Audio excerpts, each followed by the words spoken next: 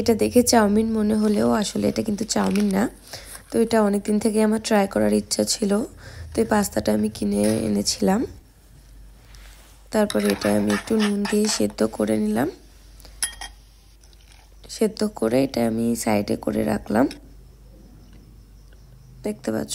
আর এটা সেদ্ধ হতে বেশ অনেকটা টাইম লেগেছিল, তো ভালোভাবে সেদ্ধ করা রেডি। এবার বাড়িতে যে ভেজিটেবলগুলো ছিল সেগুলোই আমি কিছুটা কেটে নিলাম।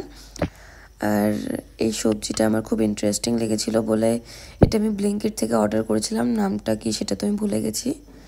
আর এই যে কিছু ভেজিটেবল ছিল, তো সবার প্রথমে আমি একটা কড়াইতে একটু তেল দিয়ে আমি সেটার মধ্যে রসুন কুচি দিয়ে দিলাম।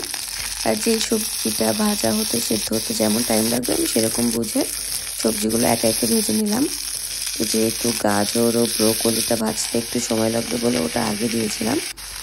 তারপর আমি ওই সবজিটা কুচিয়ে কুচিয়ে দিয়ে একটু ভেজে নিয়ে তার মধ্যে আমি পাস্তাটা দিয়ে দিলাম। এবার এর মধ্যে সয়া সস, টমেটো কেচাপ ও একটু মিক্স আপ দিয়েছিলাম।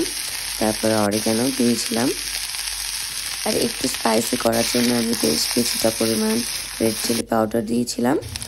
আর একটু সুইট ভাব আনার জন্য আমি হানি দিয়েছিলাম এখানে। আর দেখতে পাচ্ছ এটা কতটা ফ্লেভারফুল আর টেস্টি লাগছে। তো এটা তো এক কথায় আমার দারুণ লেগেছিল। তো তোমাদের ভিডিওটা কেমন লাগলো জানিও। Thank you for watching. Tata.